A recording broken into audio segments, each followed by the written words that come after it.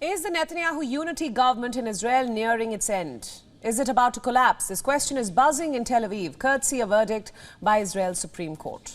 24 hours back, it struck down a controversial law which Netanyahu's coalition government had been pushing for months. The 2023 judicial reform, a set of 5 changes to Israel's judicial system and the balance of powers in the country. This law was proposed in January last year. The aim was to curb the judiciary's influence over lawmaking and public policy. You see, since Israel does not have a constitution, it relies on a series of basic laws. The legislation in question would have blocked the court's ability to block certain laws passed by the executive. The legislation would have also given the government the power to appoint Supreme Court judges.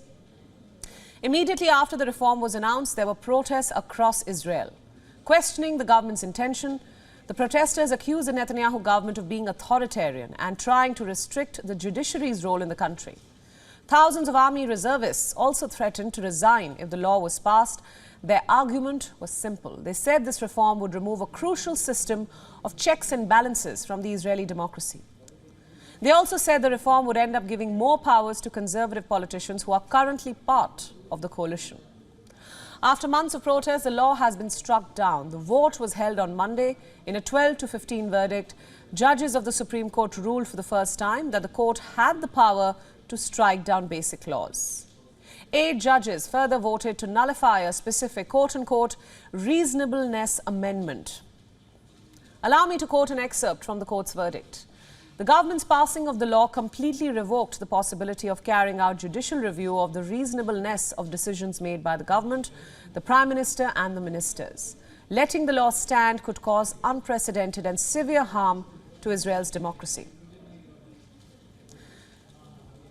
Now, here's the thing. The Netanyahu government has always claimed that the law is needed to create balance. In the many government branches of Israel, it has also maintained that the aim is to diversify court benches, which many a times put minority interests before national ones.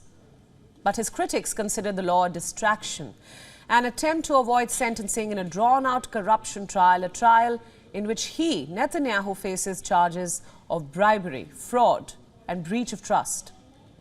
It seems Israel's Supreme Court also agrees. But the question is, what happens now? What impact will this verdict have on Netanyahu's government? Well, if the government decides to ignore the Supreme Court ruling, it could end up destabilizing the wartime coalition, the same wartime coalition that is currently leading Israel's assault on Gaza.